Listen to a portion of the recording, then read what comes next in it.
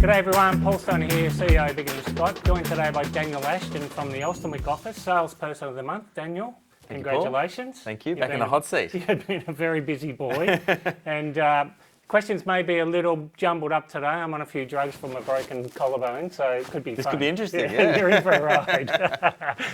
Mate, first of all, congratulations. And the market that we're in, I want to talk a bit about the market, and you're very good at verbalising how you're dealing with things.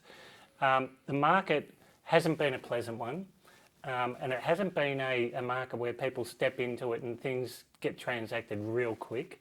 So the lead up, the gestation time, I'd say has been pushing out, but really you're very conscious of how you deal with things. What have you found has changed timing wise and what you've got to put in with the clients to get things done? Yeah. Well, I think I've changed my approach with my vendors and my sales in the last couple of months. As you rightly point out, it's a very challenging market right now. There's a lot of headwinds, and the auction system that we love and is very efficient is not actually as efficient or as effective as it can be in a stronger market.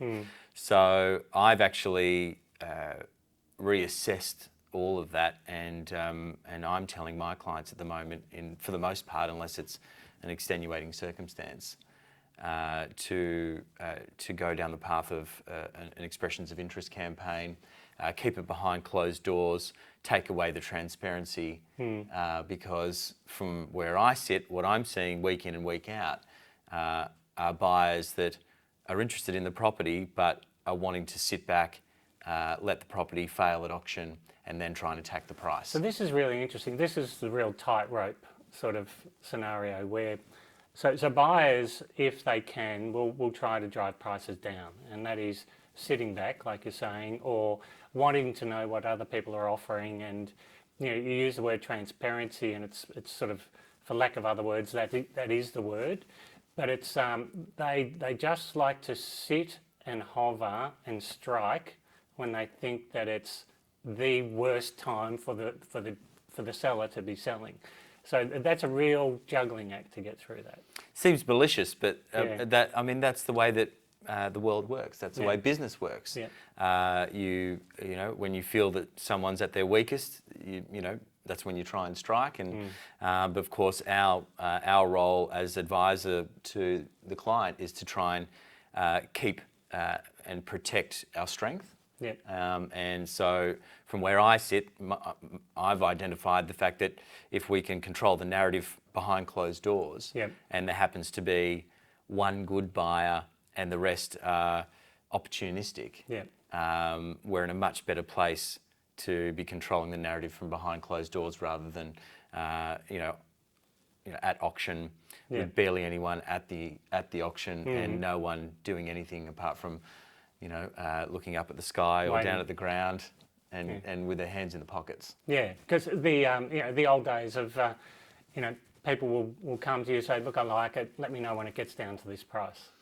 And it's so disappointing because everything has been done right. The whole build-up, the setup, the showing of the property is all right, and then somebody just crushes it in front of other people. So it's a that is a real juggling act to get through that in itself. So the expressions of interest working well. Yes. Yeah. I'm having a lot of success with it, getting multiple offers in most cases. But again, in most cases, the best offer is a good bit higher than the second offer. It's not just above it. And I think you pick up that scenario and take it into an auction. It'll look very different because if that best buyer who is quite a ways above number two sees where number two is in an open and transparent environment, they're going to backpedal quickly. And the other delicate thing for you would be, I would say, where you do have someone come in and they're way below the vendor's expectations, you run the risk of presenting an offer to somebody that offends them, and they turn against those people without really knowing why, but it's because it's offensive, and they get to the stage, I don't want to deal with them. So it's, getting them to a stage where it's more acceptable is so important for the seller to be in a good frame of mind to actually be thinking about selling. Oh, absolutely. I mean, no one wants to be insulted Yes. as a vendor, but we're in a market at the moment where there are a lot of insults in terms of what a lot of buyers are trying to buy properties at the price level they're trying to buy. So again, this process, I think, gives the vendor a good look at what each buyer is thinking, and that disparity that I'm seeing between buyer one and buyer two quite often actually illustrates how strong that top offer is. Even if that offer isn't where they ideally want it to be, it illustrates, it's a perfect illustration of how good that offer is. So I think that paints a better picture than being at an auction with no bidding, and then someone comes forward after the auction and offers a lowball number. There's no context as to where anyone else was. For the vendor to say, okay, this is actually well, you're not full ignoring figure. the inevitable. Like you know that there's going to have to be some negotiation. So let's get it done during the campaign rather than after the auction, which is really important. So your level of conversations with the buyers at the moment, that's next level, right? You're spending a lot of time qualifying and justifying and trying to build. Definitely. Yeah, and so that's where you've spent a lot more time. And then is it a little bit more time with the sellers, just constantly qualifying them with the market? Oh, definitely. Educating, I should say. That's what it is. It's educating. The frequency of contact to vendors right now has to be dialed up. Because if they feel like they're not hearing from you, you're not in constant contact with them, coupled with the fact that the market's not great and the offers that are coming in are sometimes below their expectations, it's very easy for them to lose faith in you.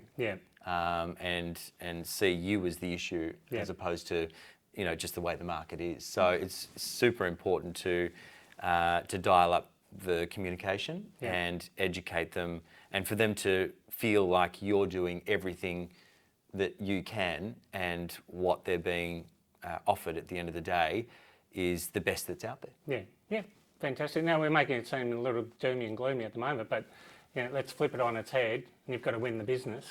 But how you're going in at the moment, explaining this to potential sellers. Well, I think there has to be a sense of realism, but obviously erring on the side of positivity. Yes. So it's not a doom and gloom pitch. No.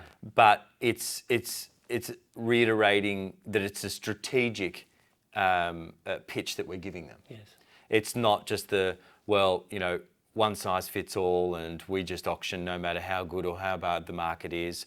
It's no, we've thought about this. She'll be right. We've thought about this, and this is why we're suggesting you do this, because we want to protect your interests and your strength in the negotiating side of things. So rather than, as we can see, and most vendors are out and about looking at auctions and opens, they see what's going on, and the lack of interest, the lack of bidding. So when you go to them and say, this is what's happening, they agree with you because they're out looking at it. This is how we're going to navigate it. Bring it behind closed doors and negotiate with each buyer individually, control the narrative, and this is this success that we're having with the other properties. This property had this amount of offers, this one was here, everyone else was here. Made perfect sense to do that. That buyer would have come back down to the market if they'd seen where everyone else was. So it's a strategic thinking pitch to them, not necessarily, we're into this huge headwind and you better brace yourself. No, well, look, what I love about that is 99.9% of the people that you're going to pitch to, they know what's going on with the market. They've been researching it. They've been to auctions. They know.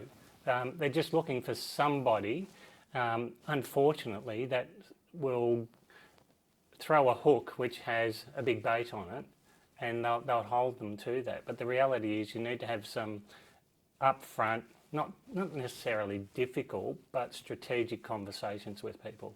It's not about a price. We're just going to chase that and wait forever, because it doesn't work. But certainly in your area. So Daniel's in an area where, good marketing campaigns. People are used to seeing the properties turn over 4 to 6 weeks and max, probably. So it's a dynamic market that needs to show that it turns over. If they sit longer than 6 weeks, then there is something wrong. It's the buyers will definitely be attacking the price if it's sitting there longer than 6 weeks. So you're right. There's a short shelf life in our area. So we're in spring. You're getting plenty of opportunities at the moment, people wanting to come to market? We had a really good run early. Obviously, August was great. That's why I'm sitting here. Yes. September is good.